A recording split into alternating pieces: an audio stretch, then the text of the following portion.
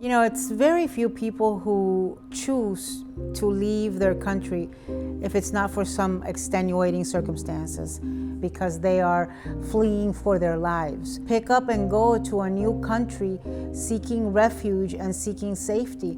That's an act of courage. It's also an act of desperation. When I was born, Somoza was the dictator in Nicaragua. When my family first moved here, it was my mom, my siblings, and I.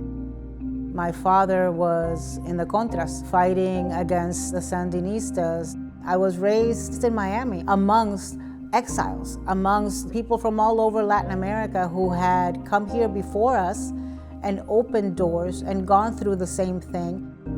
I am Ana Navarro, and this is Chacha.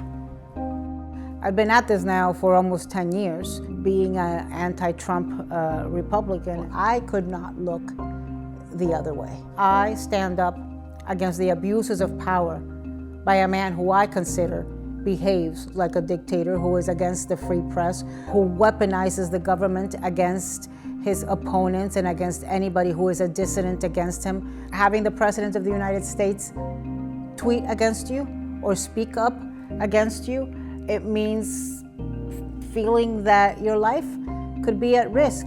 That's what the consequences of speaking up are. What option do I have? There's too many people depending on me not being afraid because they don't have status, or because they work for the federal government, because you're LGBTQ, because maybe you're transgender and you work in the military, because your DEI program is being eliminated. There's so many reasons under this authoritarian regime to not getting numb to the abuses of power that happen on a daily basis. The free press is incredibly important because it holds people accountable. When government fails us, when Congress is not standing up, when the courts are stacked, it's up to the free press to hold that accountability. Watching the images that we have seen in the last 9 months of the racial profiling of Latinos, of immigrants getting dragged through the streets of America by masked men, children abandoned in houses, masked men chasing people in workplaces, some of them US citizens. What is that? How could you see that and not find in yourself to speak against that, to vote against that, to organize against that? How can you be silent at the level of suffering that people are feeling right now? I have a hard time telling you what courage means to me, but I can readily tell you what cowardice means to me.